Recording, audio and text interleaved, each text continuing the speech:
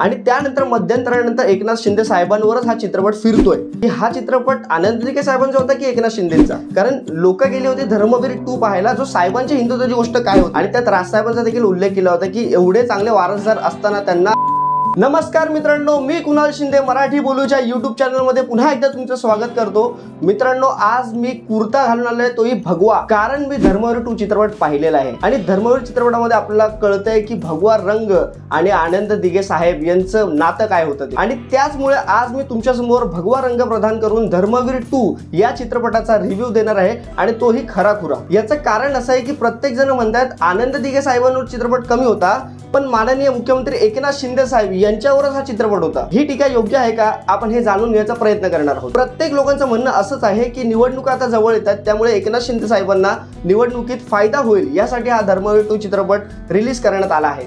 तर कितपत योग्य आहे ते त्याच्यावरही आपण बोलणार आहोत। पण मित्रांनो, चित्रपटामध्ये काही चांगल्या गोष्टी आहेत ना, त्याबद्दल मला बोलायचं आहे। मित्रांनो, धर्मवीर 1 आपण जर का ऐकलं तर पहिलाच डायलॉग आपल्याला आठवतो तो म्हणजे हा, कुठल्याही बँकेत साधं अकाउंट नसलेला आणि दोन्ही खिसे रिकामे असलेला जगातला सर्वात श्रीमंत राजकारणी। आणि ह्या टीजरच्या डायलॉग मधून आपल्याला आनंद दिघे साहेब काय होते हे पहिल्या भागामध्ये समजलं होतं मित्रांनो, आणि दुसऱ्या भागामध्ये साहेबांच्या हिंदुत्वाची गोष्ट असं म्हणून चित्रपटाचं प्रमोशन करण्यात आलं होतं मित्रांनो। आता आनंद दिघे साहेब काय आहेत हे आपल्याला भाग 1 मध्ये समजलं होतं, त्यामुळे आपण भाग 2 हा पाहण्यासाठी आतुर होतो। मित्रांनो, चित्रपटाबद्दल पूर्ण सांगणार, पण सुरुवातीचे काही मुद्दे जे आहेत ते आनंद दिघे साहेबांचे, म्हणजे पहिलाच जो मी तुम्हाला मुद्दा सांगितला की भगवा रंग आणि आनंद दिघे साहेब यांचं नातं काय होतं। भगवा रंग हा आनंद दिघे साहेबांच्या अत्यंत जवळचा विषय होता मित्रांनो। आणि दुसरी गोष्ट मला अशी सांगायची आहे की आनंद दिघे साहेब आपल्या कार्यकर्त्यांना किती जपायचे। मित्रांनो, खरं तर मला असं वाटतं आजकालच्या राजकारणाचा चिखल झालेला आहे आणि त्यामुळे मला असं वाटतं प्रत्येक नेत्यांनी आनंद दिघे साहेबांकडून काहीतरी शिकणं,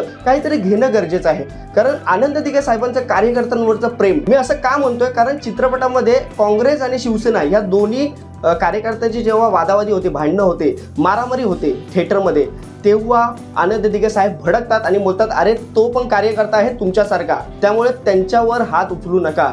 आणि हा जो मुद्दा आहे तर खरंच म्हणजे डोळ्यात पाणी आलं मित्रांनो आणि एक अंगावर शहारा आला।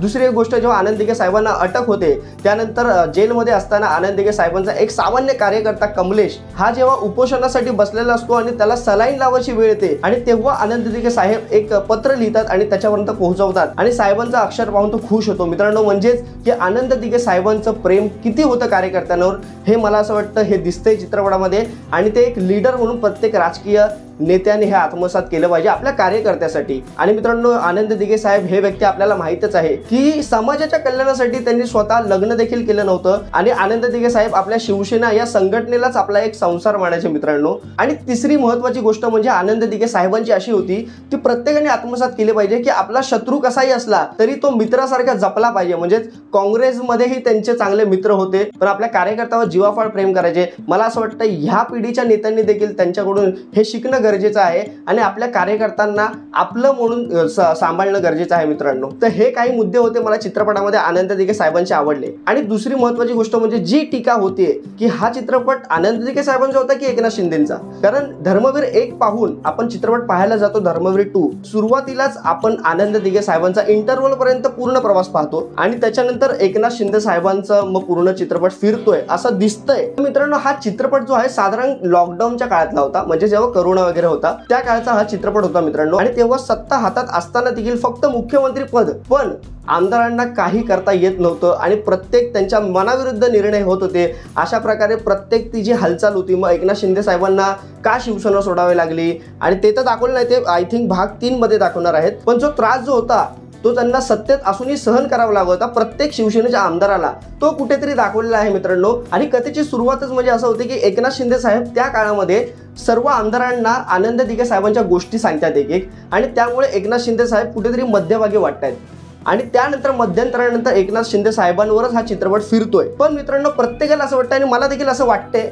की धर्मवीर 2 मध्ये हे दाखवायला नाही पाहिजे होतं, एक वेगळा चित्रपट काढू शकले असते ज्याच्यामध्ये हा जो प्रवास होता, जो इंटरव्हल नंतर एकनाथ शिंदे साहेबांचा दाखवलेला आहे, तो एक वेगळा चित्रपट काढूनही दाखवू शकले असते। कारण लोक गेले होते धर्मवीर 2 पाहायला, जो साहेबांच्या हिंदुत्वाची गोष्ट काय होती। आता साहेब नक्की धर्मवीर आनंद दिघे साहेब की आपले सीएम एकनाथ शिंदे साहेब, ह्या कुठल्या साहेबांची हिंदुत्वाची गोष्ट आपण ऐकायची हे प्रेक्षकांना थोडंसं प्रश्न पडतो मित्रांनो, हे मात्र नक्की आहे. पण मित्रांनो मला असं वाटतं हे गरजेचं होतं का चित्रपटामध्ये टाकणं?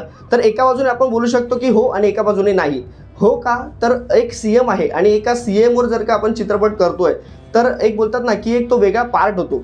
म्हणून कदाचित धर्मवीर 2 शी आनंद दिघे साहेबांबरोबर एकनाथ शिंदे साहेबांची एक कुठेतरी लिंक जोडली होती आणि त्या लिंकमधून भाग 1 मध्ये काहीशे आपल्याला एकनाथ शिंदे साहेब दिसले होते, पण इथे 2 मध्ये थोडेसे जास्त दिसलेत आणि त्यांच्यावर पूर्ण स्टोरी फिरलेली आहे आणि त्याच्यामुळे एक थोडीशी टीका होताना दिसते. पण त्या गोष्टी ज्या आहेत, जे इंटरव्हल नंतर ज्या गोष्टी दाखवल्या आहेत, त्या लोकांना असं कुठे बोर वाटत नाही बघायला, त्या लोकांना पटणाऱ्या गोष्टी आहेत मित्रांनो, असं मला तरी वाटतंय. पण मित्रांनो ह्या गोष्टी ह्या चित्रपटामध्ये दाखवणं थोडंसं वेगळं वाटतंय मलाही.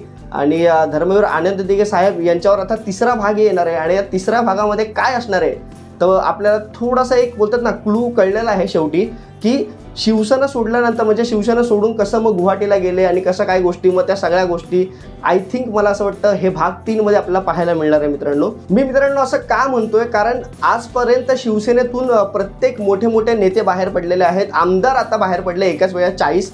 तर कुठेतरी एक बोलतात ना की एक सोबत सगळे चुकीचे असू शकत नाही असं मला वाटतं. आणि मित्रांनो चित्रपटामध्ये आपल्याला ह्या सगळ्या गोष्टी म्हणून असं पाहायला मिळतं की राजसाहेबांचा देखील तिकडे उल्लेख केलेला आहे की एकनाथ शिंदे साहेब आनंद दिघे साहेबांना बोलतायत की प्रत्येकांवर शिवसेनेमध्ये अन्याय झाला आहे आणि प्रत्येक जण एका वेळेला बाहेर पडतायत.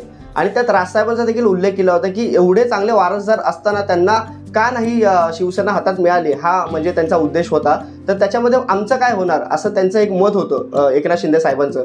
तर त्याच्यामध्ये कदाचित मला असं वाटतं की हा मुद्दा जो आहे चित्रपटामधला हा कुठेतरी एक बरोबर मुद्दा आहे असं मला वाटतं. पण मित्रांनो ह्या चित्रपटामध्ये ते दाखवणं गरजेचं होतं का, ह्याच्यावर थोडंसं प्रश्नचिन्ह मला पडतोय मित्रांनो. आणि मित्रांनो धर्मवीर भाग 1 मध्ये शेवटी जो प्रश्न विचारलेला होता मंगेश देसाई साहेबांनी की आनंद दिघे साहेब कसे गेले, याचं उत्तर आपल्याला वाटलं होतं पार्ट 2 मध्ये पाहायला मिळेल, पण अद्यापही ते पाहायला मिळालं नाही. तिथे थोडी निराशा झाली मित्रांनो.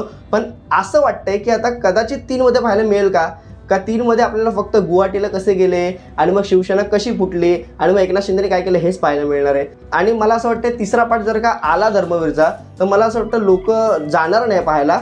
जे एकनाथ शिंदे साहेबांना मानणारा वर्ग आहे तेच जातील. पण मित्रांनो मला असं वाटतं मराठी चित्रपट आहे, आपण पाहणं गरजेचं आहे. मग तो कुठल्याही राजकीय कार्यकर्त्यावर असेल, कोणावर असेल, कुठलीही बायोग्राफी असेल, मराठी चित्रपट मोठं होणं गरजेचं आहे मित्रांनो. तर त्यामुळे धर्मवीर आनंद दिघे साहेबांचा हा चित्रपट म्हणून प्रत्येक जणांनी तुम्ही प्रतिसाद दिला. त्यानंतर काही मला वाटत नाही लोकांची निराशा झाली असेल, ते देखील इंटरव्हल नंतर काही बघून काही प्रमाणात चांगल्या प्रमाणात दाखवलेल्या आहेत गोष्टी आणि पटणाऱ्या गोष्टी आहेत मला असं वाटतं की. आणि महत्त्वाची गोष्ट म्हणजे की नेटकरी जे टीका करतायत की एकनाथ शिंदे साहेबांनी आता इलेक्शन येते म्हणून हा चित्रपट काढलाय, तर मला असं वाटतं की नाही, ह्या चित्रपटाचा काही त्या इलेक्शनवर काहीही फरक पडणार नाही आहे. कारण महाराष्ट्रातली जनता ही जी आहे ती जागृत आहे आणि कुठे काय कोणाला मतदान करायचं हे महाराष्ट्राच्या जनतेला माहिती आहे. तर त्याच्यामुळे चित्रपट हा येतच राहील. आता 10 ऑक्टोबरला राजसाहेबांवर चित्रपट येतो म्हणून असं नाही म्हणू शकत आपण की राजसाहेब आता इलेक्शन आले म्हणून चित्रपट काढतायत. तर तो बायोग्राफी नसून एक वेगळा विषय आहे जो मी 1 नंबरचा ट्रेलरमध्ये तुम्हाला रिव्ह्यू दिलेला आहे. तुम्हाला जर का पाहायचं असेल तुम्ही वर लिंक दिलेले आहे तर पाहू शकता 1 नंबर ट्रेलरचा रिव्ह्यू. तुर्तास थांबतो मित्रांनो. आणि हा महत्त्वाची गोष्ट, तुम्ही मित्रांनो सबस्क्राईब करत नाही, आपल्या चॅनलवर व्हिडिओज बघता पण सबस्क्राईब नाही करत आहे. कृपया सबस्क्राईब करा, म्हणजे कसं आहे माझे जे व्हिडिओ आहेत ते तुमच्यापर्यंत डायरेक्ट येतील. तर मित्रांनो तुर्तास थांबतो. जय हिंद, जय महाराष्ट्र.